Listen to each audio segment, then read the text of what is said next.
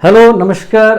The hater ये एक polish drama thriller feature film है जो कि पोलैंड में रिलीज़ हुई थी 6 मार्च 2020 को और ये वहाँ पर बॉक्स ऑफिस सक्सेसफुल थी। लेकिन फिर कोविड-19 पेंडेमिक के कारण इसका ड्रीम रन बॉक्स ऑफिस का आधे में रोक दिया गया और फिर थिएटर से उतार दिया गया।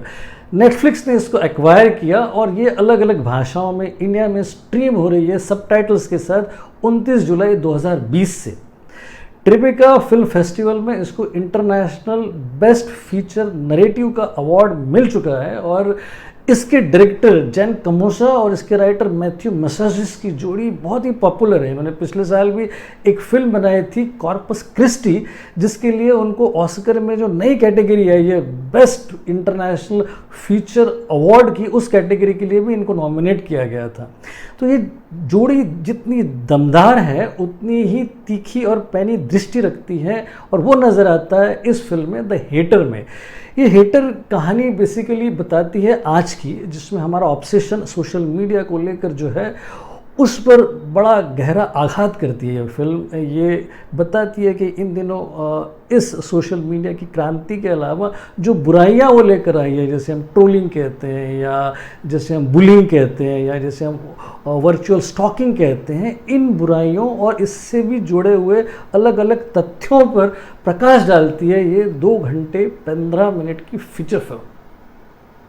द हेटर हमको अनायास ही याद दिला देती है पिछले साल की ऑस्कर विनर बॉन्ग जॉन हो की पैरासाइट की, क्योंकि उसमें भी जो क्लास कॉन्फ्लिक्ट था उसी क्लास कॉन्फ्लिक्ट को ये एक्सटेंड करती है। ये कुछ ज़्यादा इन्फ्लुएंशियल और ज़्यादा इम्प्रेसिव ढंग से उसी बात को दोहराती है नई टेक्नोलॉजी के साथ। बेसिकली कहानी जो है वो एक ऐसे लॉ स्टूडेंट की है जो कि प्लेगियरिज्म के कारण या साहित्यिक चोरी के कारण अपने कॉलेज से निष्कासित किया जाता है और वो एक पीआर एजेंसी में जॉब ज्वाइन कर लेता है। अब उसकी केयर टेकर है एक वहीं वर्सो में, यानी कि पोलैंड में एक वर्सो जो उसकी कैपिटल है, उसमें रहने वाली एक बड़ी प्रशस्त बड़ी प्रॉस्परस फैमिली है जो कि उसकी केयर टेकर है और उस फैमिली की जो लड़की है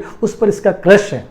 अब चूंकि वो फैमिली इसको बहुत ही छोटा और नकारा समझती है, अब इसने चूंकि कॉलेज से निष्कासित होकर एक पीआर एजेंसी ज्वाइन कर ली है, तो अब उस पीआर एजेंसी के स्किल सेट को सीख कर वो उस पीआर एजेंसी को तो इलेक्शन कैंपेन में टॉप पर लेकर ही जाता है, साथ ही साथ इस अमीर फैमिली के साथ भी अपना बदला लेने के प्रयासों को करते रहता है। बहुत ही घृणा और तिरस्कार भरा हुआ होता है उसमें इस सिस्टम के खिलाफ और इस अमीरी गरीबी की दीवार के खिलाफ।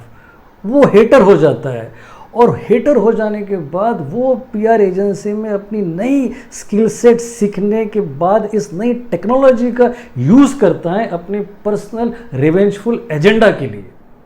बहुत ही एंगेजिंग और आई ओपनर है ये new age drama modern film.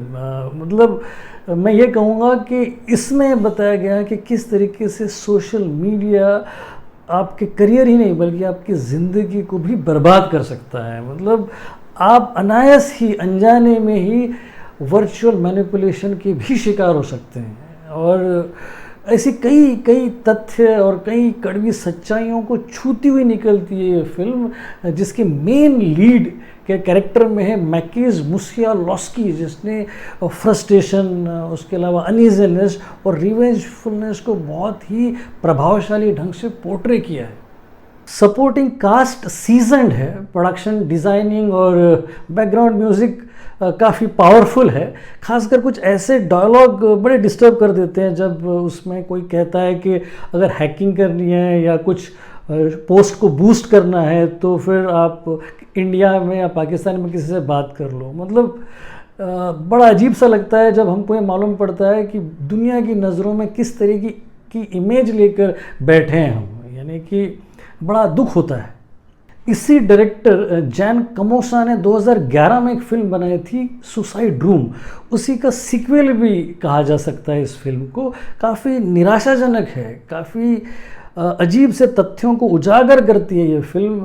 मतलब हम ये कहेंगे कि काफ़ी रियलिस्टिक है।